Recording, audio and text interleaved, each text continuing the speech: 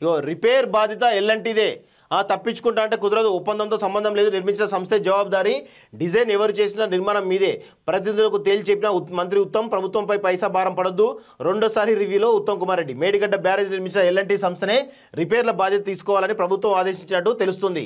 రిపేర్ల కోసం ప్రభుత్వం ఒక్క పైసా ఇవ్వదని, సొంత నిధులతోనే పనులు చేయాలని స్పష్టం చేసినట్టు సమాచారం. అయితే బాధ్యత నుంచి ఎల్ఎన్టీ తప్పించుకునేందుకు ప్రయత్నిస్తే ఊరుకోబోమని హెచ్చరించింది. సోమవారం సెక్రటరియట్లో ఇరిగేషన్ మంత్రి ఉత్తమ్ కుమార్ రెడ్డి మేడిగడ్డ బ్యారేజ్ పనులపై రివ్యూ చేశారు. ఉత్తమ్ సీరియస్. మేడిగడ్డ బ్యారేజ్పై మంత్రి ఉత్తమ్ కుమార్ రెడ్డి నిర్మాణ పనులు చేసిన ఎల్ఎన్టీ సంస్థ ప్రతినిధులు ఇరిగేషన్ అధికారులను ఎదురుగా కూర్చోబెట్టుకుని సమీక్ష జరిపారు. అనేక అంశాలపై ఆరా తీశారు. తమ తప్పేమీ లేదని ఎల్ఎన్టీ సంస్థ, ఇటు ఇరిగేషన్ అధికారులు చేతులెత్తేసే ప్రయత్నం చేశారు. దీనిపై మంత్రి సీరియస్గా రియాక్ట్ అయినట్టు తెలిసింది. ఎంత ఖర్చైనా సొంత నిధులతో బ్యారేజ్ పునరుద్ధరణ చేయాలని తేల్చి చెప్పినట్టు తెలిసింది. అధికారుల పర్యవేక్షణ లోపం ఉందని అభిప్రాయపడ్డారు. తోక కట్ చేస్తామని సంకేతాలు. బ్యారేజ్ పునరుద్ధరణ పనులు చేయలేమని సంస్థ చేతులెత్తేసే ప్రయత్నాలు చేసే అవకాశం ఉందని ప్రభుత్వ వర్గాలు అనుమానం వ్యక్తం చేస్తుంది.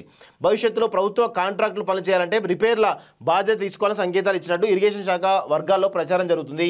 మేడిగడ్డ బ్యారేజ్లో కుంగిన పిల్లలు రిపేర్ చేసేందుకు సుమారు 800 కోట్ల ఖర్చు అవుతుందని ప్రాథమిక నిర్ణయానికి అధికారులు వచ్చినట్టు తెలిసింది. అయితే బ్యారేజ్లోని 20వ పిల్లర్ పూర్తిగా తొలగించి కొత్తగా నిర్మించాలనే అభిప్రాయానికి ఇంజనీర్లు వచ్చారు. ముందుగా రిపేర్ పనులు చేసేందుకు కావాల్సిన కాపర్ బ్రిడ్జ్ నిర్మాణం మొదలుపెట్టాలని ప్రభుత్వం నిర్ణయానికి వచ్చినట్టు తెలుస్తుంది. సో ఇట్లా ఈ విధంగా రివ్యూలు జరగాలి. వాస్తవంగా రివ్యూలు జరిగితే అప్పుడు అసలు విషయం బయటపడుతుంది. అంతేగాని వీళ్ళు ఏం చేయాలి, మొత్తానికి పెద్ద ఎత్తున వీళ్ళు ఏం చేస్తున్నారు, ఇక మా నిర్మాణానికి సంబంధించినటువంటి బాధ్యత మాకు లేదు, మేము ఆల్రెడీ ఇచ్చేయడం అయిపోయిందని చెప్పేసి చేతులు దులుపుకుంటాం ఇలాంటి సంస్థ.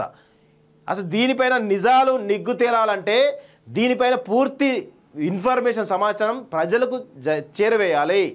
అప్పుడే కేసీఆర్ యొక్క అవినీతి బయటపడుతుంది. అప్పటిదాకా బయటపడే అవకాశం లేదు.